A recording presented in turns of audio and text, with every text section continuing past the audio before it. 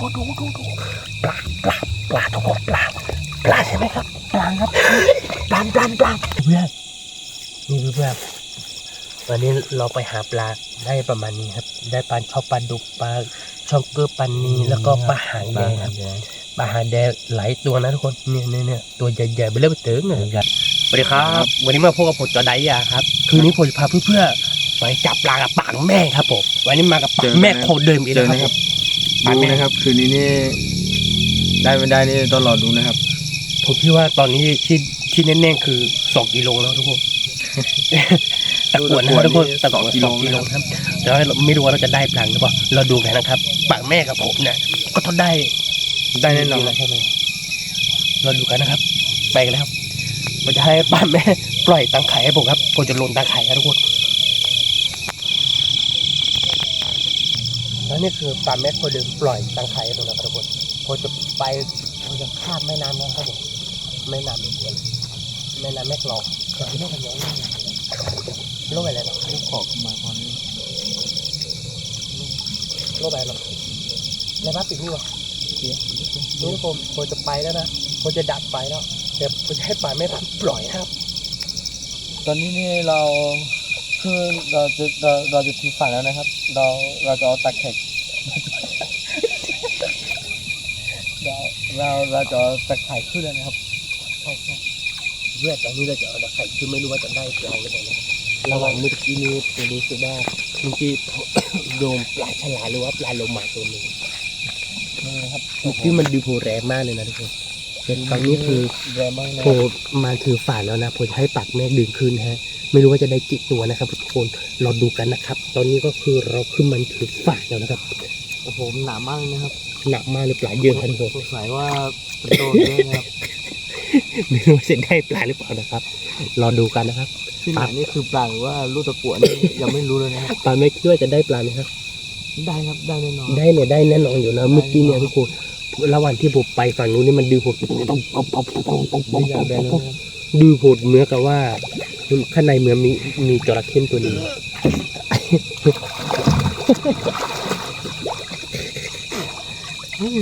เราดูกันนะครับทุกคนเดี๋ยวผมจะให้ปักบลาเพดานเลยเจอที่เจ๊เดี๋ยวผมจะให้ปากแม่เป็นคนดึงขึ้นมานะครับเพราะว่าผมยังไม่เชี่ยวชาญนะปากแม่เป็นผมผู้เชี่ยวชาญครับทุกคนดูนะครับเราดูกัน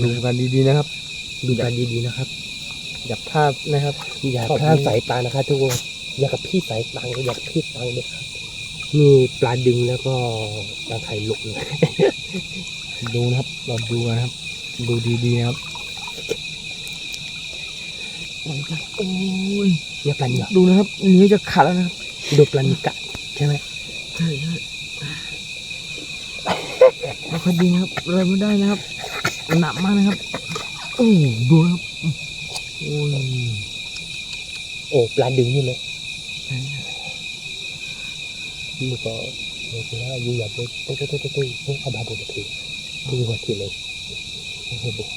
พ่อลองโชว์อะไรพ่อเนี่ยแหละทุกคนแล้วว่าตอนนี้คือปลาแม่ดึงเห็นดูตาไข่ขึ้นมาแต่ว่าทางที่ผมขึ้นมาฝันนี้นะครับทุกคนผมจะจับปลาให้ดูนะครับมันคือปลาอะไรครับตัวเล็กตัวใหญ่ยังไม่รู้นะครับน่าจะเท่ากันนิ้วโป้งครับทุกคนเวลาเราดึงตะไคร่ขึ้นต้องมีเทคนิคนะครับค่อยๆดึงค่อยๆสลมนะครับถ้าไม่มีเทคนิคนี่โอ้โหไม่ง่ายนะครับใช้เรื่องง่ายเหมือนกันนะระดับผมนี่ระดับปั๊มแม่นี่เซียนนะครับ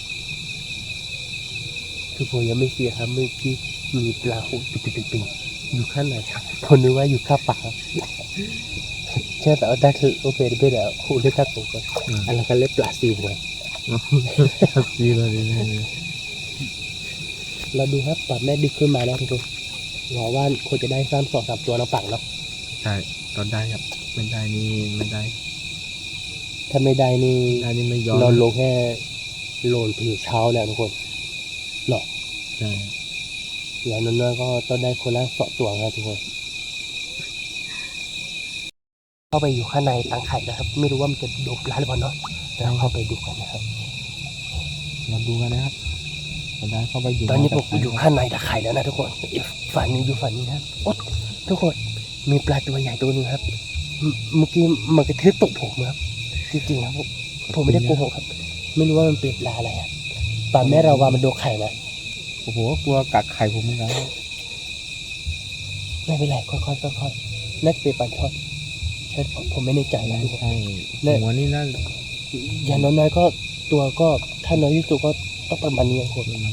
เมื่อกี้นี่มาดูข่าวผมนึกทานเกลือนหางปลาแม่เราว่าไข่หายนะ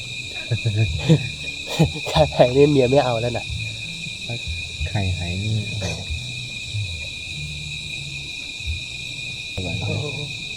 หัว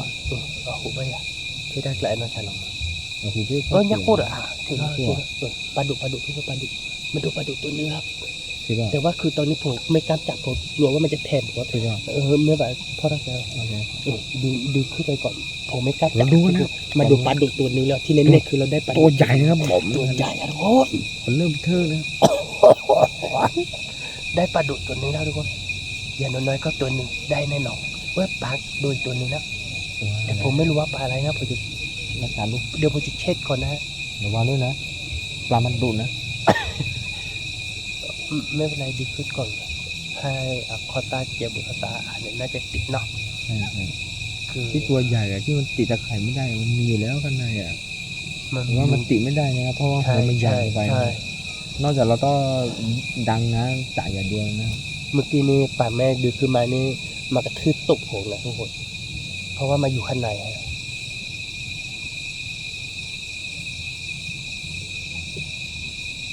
นี่เราจะออกตังไข่ขึ้นแล้วนะทุกคนไม่รู้ว่าจะได้กี่ตัวนะเราดูกันนะครับทุกคนว้าวที่เน้นๆโอ้มันยังโอ้โหเลยยังโอ้แล้วกัน ดูนะครับตัวนี้นะครับตัวใหญ่นะครับ ดู โอ้ตัวที่สองนะตัวที่สาม ตัวที่สี่ ตัวที่ห้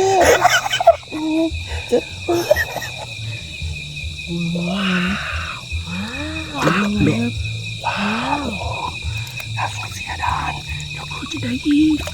เขาปลาทุกคนดูปลาทุกคนปลาใช่ไหมครับปลาครับปลาทุกคนปลาทุกคนปลานะครับเราจะไปเก็บดูครับว่าได้กี่ตัวทุกคน ไม่ใช่ใบไม้นะครับปลานะครับ นี่ฝีมือป่าแม่ครับจดได้ยาครับ เป็นยังไงครับ เป็นไงครับทุกคนสุดยอดเลยใช่ไหมครับ ขึ้นได้แล้วนะครับ คืออยากหน้าเลยทุกคนมันลึกด้วยเราจะไปเอาปลาออกนะทุกคนแล้วก็เราก็จะลงใหม่ครับคืนนี้ป่าแม่กับผมได้ดูทุกคนฝีมือนี่ทุกคนคือผมไม่อยากจะบอกนะพูดมาไม่ได้นะทุกคนนะไป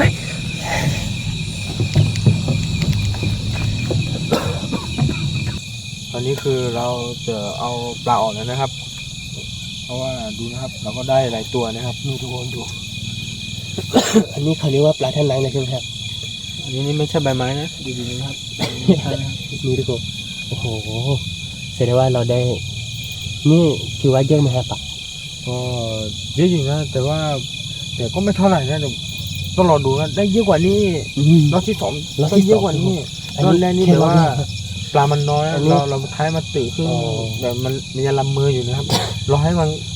ตื่นจริงๆนะครับโอ้โห อันนี้ เยอะ แค่ กว่านี้ แค่น้ำจิ้ม โอ้น้ำจี้จริงๆครับโอ้โหยังไม่ถึงน้ำถึงเนื้อนะครับ เราดูนะทุกคนไอ้เราแรกนี่น้ำจิ้มเราที่ ไม่ใช่ขนาดไหน มาดูนะครับรอบที่สองนี่ได้เป็นตัวเลยนะ อันนี้แค่มันเป็นตัวดูทุกคนรอบแรกของเรานะครับมีปลาดุกตัวใหญ่นะทุกคน ดูนะครับ ปลาดุกในบึงในคลองแบบนี้มันจะเป็นสีแดงๆแบบ ป นี้ ลาหางแดงนะครับปลา นี่ หาง ปลา แดง หาง ค แด รับ งตัวใหญ่มากตัวเบลอเลยทุกคน2 ตัวนะครับ ปลานี้ เราได้ ตัว ปลา เด่นเล่น กี่ เลย ตัว นะ ปลาเราหน้าดูหน่อย1 สอง 3 4 5 6 7 8 9 10 11 12 แล้วก็มีปัดช็อกเกอร์ด้วยทุกคน โอ้โห โอ้โห ก็คือดูนะครับ 12ปางอย่างอื่นนี่12นะปลาช็อกเกอร์5 ตัวเป็น17 ตัวเลยทุกคน เจ็บตัวนะค ป รั ลา บ ช็อกเกอร์นี่ผมจะบอกให้นะ ป่าไม่กินนะแต่ผมกินนะทุกคนอร่อยแน่นอนครับ วันนี้ผมไม่เอานะ ขนาดตอนนี้ ปลา ปลาช็อกเกอร์ร้อน ปลาไม่สวย ดูรอทุกคนกี่โพด้วย17ตัวทุกคนเราดูกันนะครับรอบที่สองเดี๋ยวเราจะไปลงกันนะครับหรือไม่ก็เราดูตรงที่เราเอาขึ้นมาก็ได้ครับเราจะไปลงรอบที่สองกันนะครับ เราดูกันนะครับรอบที่สองนะครับรอบนี้ ครับผมเราดูตรงที่เราเก็บขึ้นมารอบที่สองปลาของเรารอบที่1นี่17ตัวนะรวมกับปลาช็อกเกอร์นะทุกคนรอบที่2เราจะได้กี่ตัวนะครับปางบอกว่ารอบแรกนี่คือน้ำจิ้มนะเราดูรอบที่2นะทุ ร ก อบ คน ที่สองนะ ไปแล้ว โอ้โห นี่รอบที่2ของเราทุกคนผลคือฝ่ายแล้วแต่ว่าปักไม่ยังคือฝักไม่ถึงครับไม่รู้ว่ารอบที่2เราจะได้ปลาหรือเปล่านะครับ เราดูกันนะครับปักคิดว่ารอบที่2เราจะได้ปลาครับปัก ได้ครับได้แน่นอนครับ มันจะเยอะกว่าน้ำจิ้มไหมครับ ดีครับเราดูกันนะครับ ว่าจะเยอะหรือว่าจะน้อยกว่ารอบแรกนะครับรอบที่สองนะครับ ที่ว่ารอบแรกนี่เป็นน้ำจิ้มรอบที่2นี่มันต้องเยอะกว่าน้ำจิ้มแน่นอนครับ ใช่ครับถ้าน้อยกว่านี้ไม่ใช่ครับ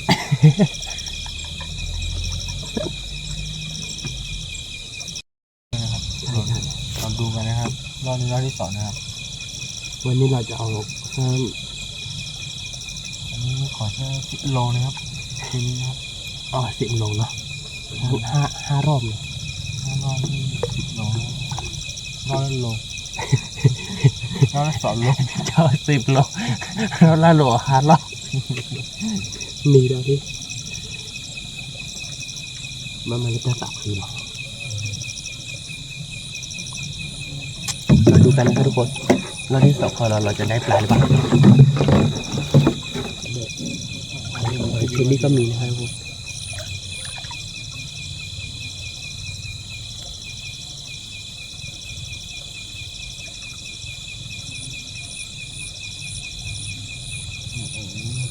ปลากั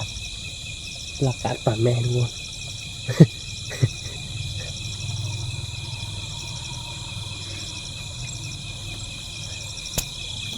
แล้วที่2ของเราทุกคนดูกันว่าจะได้หรือเปล่านะครับ รอบที่สองนะครับรอบแรกนี่ได้ไป10 กว่าตัวนะครับ เราบอกว่าแค่น้ำจิ้มเราดูแบบว่าตัวจีนมันจะมีปลา แต่ดูเนื้อนะครับรอบที่สองนะครับ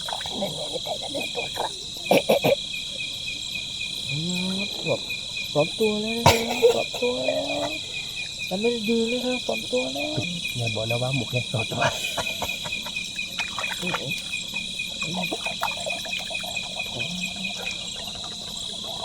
หอยเชอที่ก้อนดงครับว้าว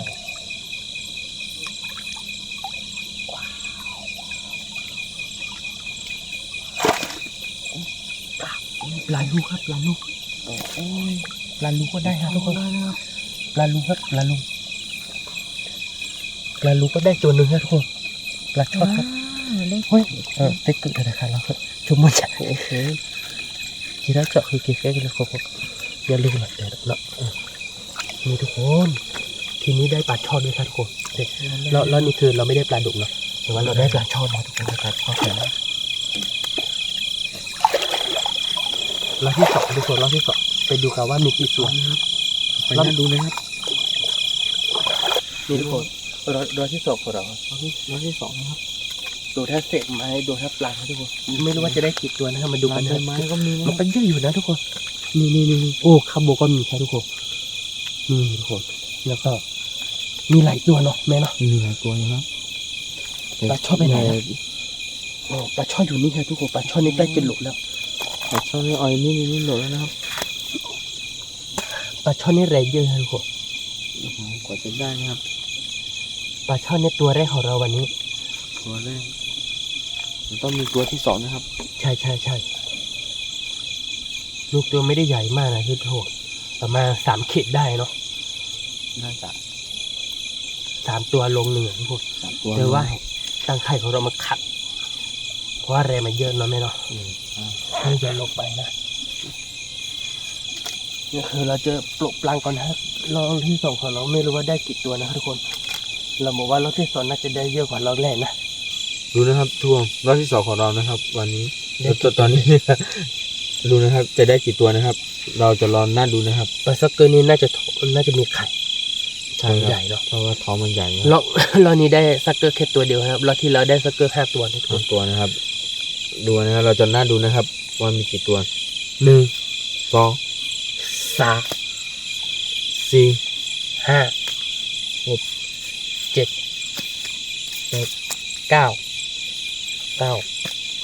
10 11 12 เท่าเดิมแต่ว่าปลาช็อกเกอร์ โอ้ ปลาช็อกเกอร์ไฮ4เนี่ยไฮ4 ตัวเพราะรอบที่แล้วก็คือเราได้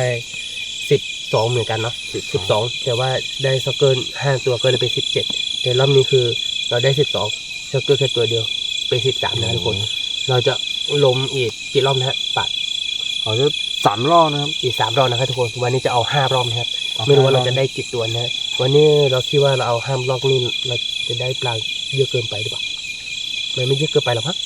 ไม่หรอกพอประมาณ พอประมาณเนาะเราจะไปเอากระสอบแล้วก็มาใส่นะทุกคน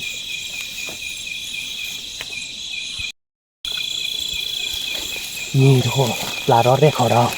นี่ครับรอบแรกกับรอบที่สอง นี่ นะครับ ทุกคนรอดแรกของเราครับรอดแรกของเราปลาหาแดง2 ตัวแต่ว่ารอบนี้ได้ปลาหาแดงแค่ตัวเดียวแล้วรอบที่แล้วเราได้ปลาดุแต่ว่ารอบนี้เราได้ปลาช็อต เลือกกับช่อแทนนะครับ นี่ทุกคนเราใส่กันเลยตอนนี้ก็น่าจะได้แล้วแหละ3 โลเนาะ ได้ครับเกลือแล้ว 2 รอบก็3 โล5 รอบก็ 10 ลง 5 รอบก็10 โล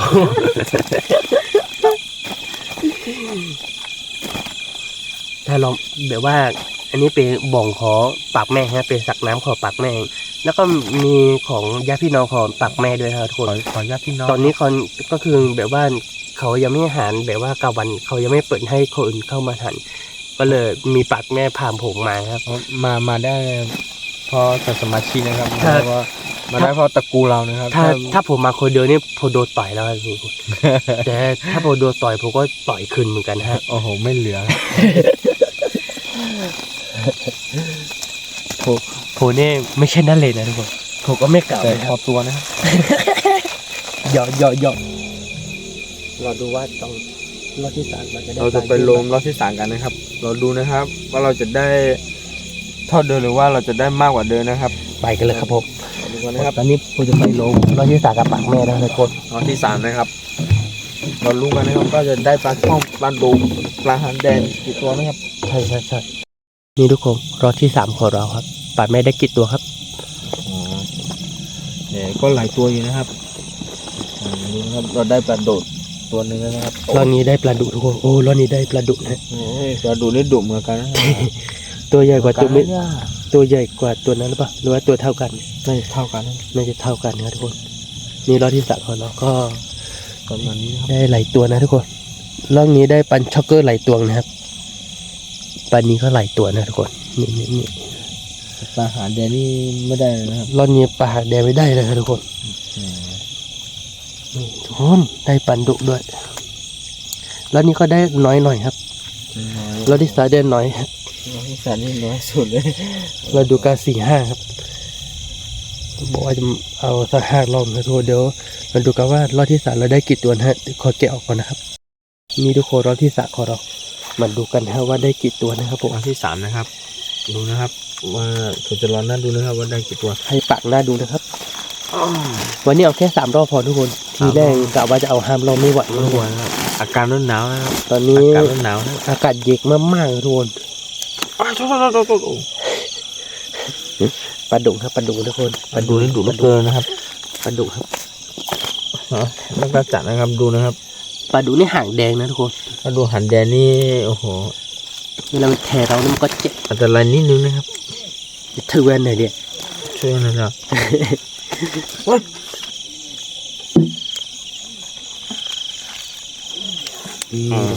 หนึ่งตัว